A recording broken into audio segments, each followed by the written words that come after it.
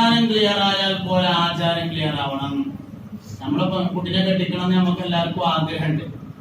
എല്ലാവർക്കും ആഗ്രഹമാണ് കുട്ടിനെ നല്ലവർക്ക് കെട്ടിക്കണം, നല്ലൊരു സ്വാലിഹായ ഭർത്താവിനെ കിട്ടണം, ഓരോ കുടുംബം നേരാവണം, അതിലെനിക്ക് കുട്ടികൾ ഉണ്ടാവണം, ഓരോ ഹാഫിലിങ്ങളാവണം. ഉദ്ദേശവും പരിപാടിയൊക്കെ കറക്റ്റാണ്. പക്ഷെ കുട്ടിനെ കെട്ടിക്കാൻ പൈസ ഉണ്ടാക്കണതോ? അതൊന്നും വേണ്ട. കല്യാണത്തിന്റെ രാത്രി പെണ്ണിനെ തലയിൽ മുണ്ടിടാതെ മുല്ലപ്പൂ ചൂടിച്ച് പന്തലിൽ വരുന്ന എല്ലാവർക്കും നേത്ര വിചാരം കൊടുക്കാൻ ചെയ്യാൻ വേണ്ടി നിർത്തി കൊടുക്കലോ. ആചാരങ്ങൾ പലപ്പോഴും തെറ്റിട്ടുണ്ട്. അനുഷ്ഠാനത്തിൽ നമ്മൾ മുമ്പന്തിയിലാണ്. അനുഷ്ഠാനത്തിന് മുമ്പന്തിയിലാണ്. അനുഷ്ഠാനം വേണ്ട തന്നെയാണ്, പക്ഷെ ആചാരം ക്ലിയർ ആവണം. ഇസ്ലാം ദീൻ ആചാരങ്ങളും അനുഷ്ഠാനങ്ങളും അടങ്ങിയതാണ്. അത് രണ്ടും ക്ലിയർ ആയിരിക്കുക എന്നുള്ളത് പ്രത്യേകമായി ശ്രദ്ധിക്കേണ്ട കാര്യമാണ്. ഒരു കാര്യം ഞാൻ അങ്ങോട്ട് പറയാം. മക്കളെ നന്നാവാനുള്ള ഏറ്റവും അടിസ്ഥാന ഫോർമുല ഹലാലും ത്വയ്യിബുമായ ഭക്ഷണം കൊടുക്കുക എന്നുള്ളതാണ്. അവനെ സ്വർഗത്തിലെത്തുള്ളൂ. അതായത് ഭക്ഷണം ഹലാലായാൽ പോരാ, ഭക്ഷണം ത്വയ്യിബായിരിക്കണം. എല്ലാ ഹലാലും ത്വയ്യിബാവുകയില്ല. എല്ലാ ഹലാലും ത്വയ്യിബല്ല, എല്ലാ ത്വയ്യിബും ഹലാലാണ്. ഞാൻ പറഞ്ഞ നിങ്ങൾ ശ്രദ്ധിച്ചോ? എല്ലാ ഹലാലും എന്തല്ല? ത്വയ്യിബല്ല. എന്നാൽ എല്ലാ ത്വയ്യിബും ഹലാലാകുന്നു. അതുകൊണ്ട് ഭക്ഷണം ത്വയ്യിബായിരിക്കണം, എന്നാ ഹലാലായിരിക്കുള്ളൂ. ഹലാലായതുകൊണ്ട് മാത്രം കാര്യമില്ല. എന്താ ഹലാലും ത്വയ്യിബും തമ്മിലുള്ള വ്യത്യാസം? ഒരു സിമ്പിൾ ഉദാഹരണം പറയാം. ഞാനൊരു സ്ഥലക്കച്ചവടക്കാരനാന്ന് വിചാരിച്ചോളൂ. എനിക്ക് സ്ഥലക്കച്ചവടമാണ് പരിപാടി. ഞാൻ ഒരു 10 സെന്റ് സ്ഥലം വാങ്ങി. സെന്റിന് 5000 റുപ്യ വെച്ച് കിട്ടുന്നില്ല, നല്ല സങ്കല്പിച്ചോളൂ. 10 സെന്റ് സ്ഥലം സെന്റിന് 5000 റുപ്യ വെച്ച് വാങ്ങി. 50,000 റുപ്യ എന്റെ മുതലാണ്. എനിക്ക് ഇഷ്ടമുള്ള വിലക്ക് വിൽക്കാം. 1,00,000 വിൽക്കാം, 1,50,000 വിൽക്കാം, 2 വിൽക്കാം, 5 വിൽക്കാം. വേണ്ടവര് വാങ്ങിയാൽ മതി. ഇല്ലേ വാങ്ങേണ്ട അവിടെ കിടന്നോട്ടെ. ആർക്കാ ചെയ്യണം? ഒരു ശേഖരമില്ല. വിറ്റു. 50,000 വാങ്ങിയ സാധനം 1,50,000 വിറ്റു. 1,00,000 റുപ്യ ലാഭപ്പെട്ട് ഹലാലാണ്. തൊയ്യിബാവണമെങ്കിൽ ഇതിന്റെ ഒറിജിനൽ വില വാങ്ങിയവൻ അറിയുമ്പോൾ അയാൾ അൽഹംദുലില്ലാഹ് 50,000 റുപ്യക്ക് 10 സെന്റ് സ്ഥലം വാങ്ങി.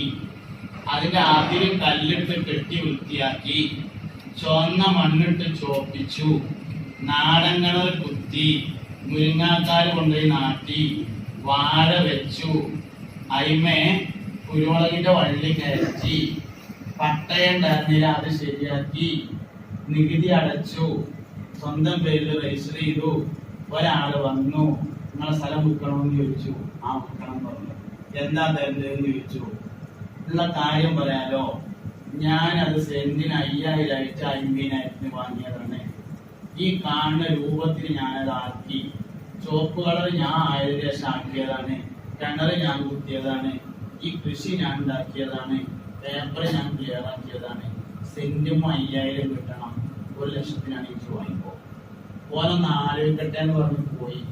അമ്മോനോട് ചോദിച്ചു, അയൽവാസിനോട് ചോദിച്ചു. ചോദിച്ചവരൊക്കെ പറഞ്ഞു വാങ്ങിക്കാൻ മോനെ, നഷ്ടമില്ല, നല്ല സ്ഥലമാണ് എന്ന് പറഞ്ഞു. ഓ ഇങ്ങോട്ട് വന്നിട്ട് 25,000 റുപ്യ കയ്യിൽ തന്നിട്ട് പറഞ്ഞു, കുറിച്ചോളി ബാക്കി ഞാൻ 2 ദിവസം കൊണ്ട് തരാം. സെന്റും അല്ല, മൊത്തത്തിൽ ഓന് സെന്റും 5,000 റുപ്യ കിട്ടി. ഇരട്ടി ലാഭമാണ്. പക്ഷെ അയാൾ അത് അറിഞ്ഞു കണ്ടാണ് വാങ്ങിയത്. ഈ കിട്ടിയ 50,000 റുപ്യ ഉണ്ടല്ലോ, അത് ത്വയ്യിബാണ്. അത് കുട്ടികൾക്ക് തിന്നാൻ കൊടുത്താൽ ഒരു സ്വാലിഹാവാൻ ഒരു ദ്വൈന്റെ ആവശ്യം ഉണ്ടാവില്ല. വരുന്നോളി വേണ്ടെന്നല്ല ഞാൻ പറഞ്ഞത്. ഇതാണ് ത്വയ്യിബായ സാധനം. ഇതിന് എല്ലാ കാര്യത്തിലും പരിശോധിച്ചോളി.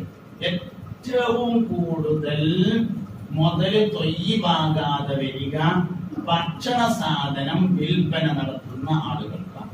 ബേക്കറി, അച്ചാറുകട, ഹോട്ടല്, കൂൾബാറ് തുടങ്ങി ഭക്ഷണവുമായി ഇടപെടുന്ന ആളുകളാണ് ഏറ്റവും കൂടുതൽ ശ്രദ്ധിക്കേണ്ടത്. സ്വാലിഹായ ഒരു മനുഷ്യന്റെ ആമാശയത്തിലേക്ക് മ്ലേച്ഛമായ വസ്തുവിനെ കടത്തിവിട്ടാൽ അവന്റെ കുടുംബത്തിലേക്ക് മ്ലേച്ഛമായ സാധനം കൊണ്ടുവരും. അത് കുരുത്തക്കേടുള്ള മക്കളാണ്. സത്യം ഞാൻ ഈ പറഞ്ഞോ. ഞാൻ ഈ പറയുന്നത് ആരെയും ഉദ്ദേശിച്ചല്ല, എല്ലാവരെയും ഉദ്ദേശിച്ചാണ്. എല്ലാ മനുഷ്യന്മാരെയും ഉദ്ദേശിച്ചാണ്. അതായത് ഒരു സത്യം ഞങ്ങളോട് പറയാണ്. ഒരു സത്യം ഞങ്ങളോട് പറയാണ്. യത്തീമിന്റെ മുതൽ കൈവശം വെച്ചാല്, വഖഫ് മുതൽ കൈവശം വെച്ചാല്, അനന്തരം കൊടുക്കാൻ ബാക്കിയുള്ള മുതൽ കൈവശം വെച്ചാല്,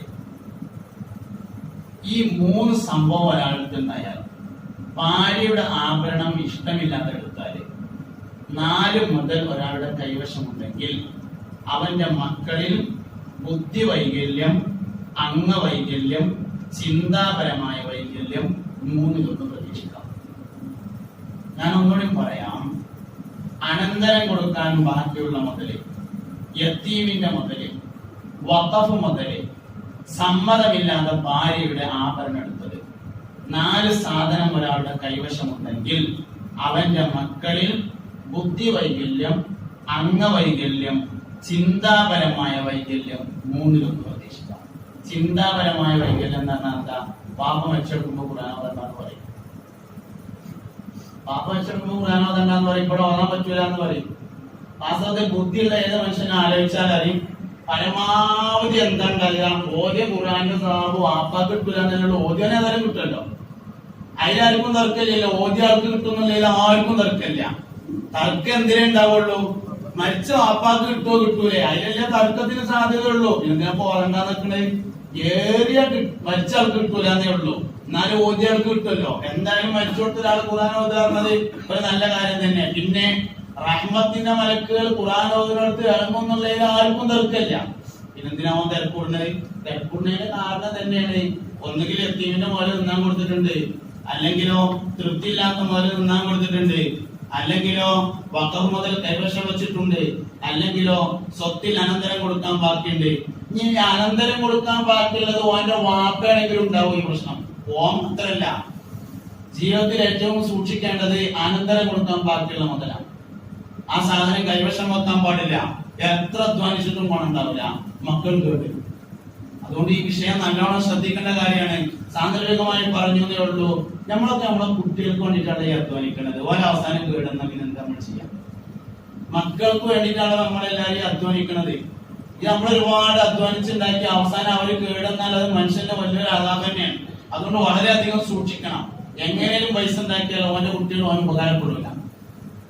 കണ്ണൻ ചേർത്തെടുത്തിട്ട് അങ്ങാടി കൂടെ തെണ്ടിച്ച് കിട്ടുന്ന മുതലാണ് ഹലാലും തൊയ്യിബെങ്കിൽ അതാണ് ആളുകളെ പറ്റിച്ച് പൈസ ഉണ്ടാക്കുന്നതിനേക്കാൾ നല്ല മുതൽ.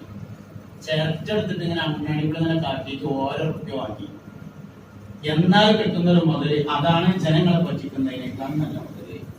എപ്പോഴും മുതല് ഹലാലും തൊയ്യിബായിരിക്കാൻ വേണ്ടി സൂക്ഷിക്കേണ്ടതാണ്. ഞാൻ പറഞ്ഞു വരുന്നത് സ്വർഗവുമായി ബന്ധപ്പെട്ട കൽബി നമുക്ക് എപ്പോഴും ഉണ്ടാകണം.